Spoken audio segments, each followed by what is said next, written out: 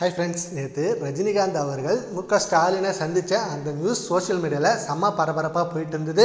சந்தித்ததுக்கு அப்புறம் எந்த ஒரு கவலையும் வேண்டாம், நீங்கள் ஆட்சியில் என்னனாலும் இல்லைனாலும் உங்களோட முன்னாள் ஆட்சிக்கு நாங்கள் எப்பவுமே மதிப்பு கொடுப்போம், உங்கள் மேலே அந்த மரியாதை இன்னும் குறையாது, எங்களோட சப்போர்ட் எப்பவுமே உங்ககிட்ட இருக்கும் அப்படின்ற மாதிரி ரஜினி அவர்கள் சொல்லியிருக்காங்க.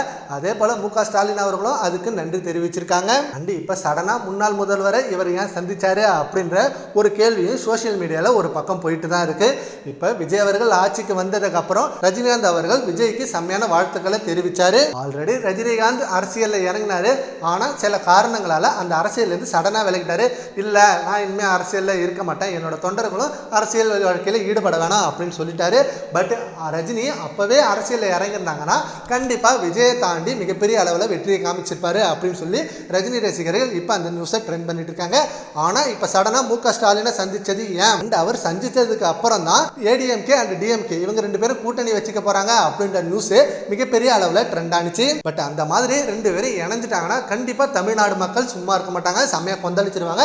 ஏன்னா உங்களை நம்பி தானே நாங்க ஓட்டு போட்டோம், இப்ப நீங்க ரெண்டு பேரும் இணைஞ்சு உங்க சுயலாபத்துக்காக நீங்க எங்களை யூஸ் பண்ணிக்கிறீங்களா, மக்கள் என்ன முட்டாளா அப்படின்னு கேள்வி கேட்க ஆரம்பிச்சிருவாங்க அப்படின்னு சொல்லி கருத்து கணிப்பாளர்கள் அந்த நியூஸை செம்மையா ட்ரெண்ட் பண்ணிட்டு இருக்காங்க. நேற்று நைட்ல இருந்து இது ஒரு பதட்டமான சூழ்நிலையா அமைஞ்சிட்டு இருக்கு. விஜய் அவர்கள் ஆட்சி அமைக்க கூடாதுன்றதுக்காக இந்த ரெண்டு கட்சியும் இணைய போகுதா. இத்தனை ஆண்டு காலம் ரெண்டு பேரும் மாறி மாறி தானே நீங்க ஆட்சி செஞ்சிருந்தீங்க, இந்த தடவை ஒரு புது மாற்றம் தேவைப்படுதுன்னு மக்கள் முடிவு பண்ணிருக்காங்க.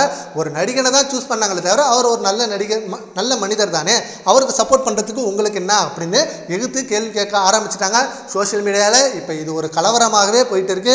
சரி, ஓகே ஃப்ரெண்ட்ஸ், ரஜினிகாந்த் அவர்கள் ஸ்டாலின் கிட்ட அப்படி என்னதான் பேசிட்டு பாருன்னு நினைச்சீங்கன்னா கண்டிப்பா நம்ம காமெண்ட் பாக்ஸ்ல கமெண்ட் பண்ணுங்க. Thank you friends.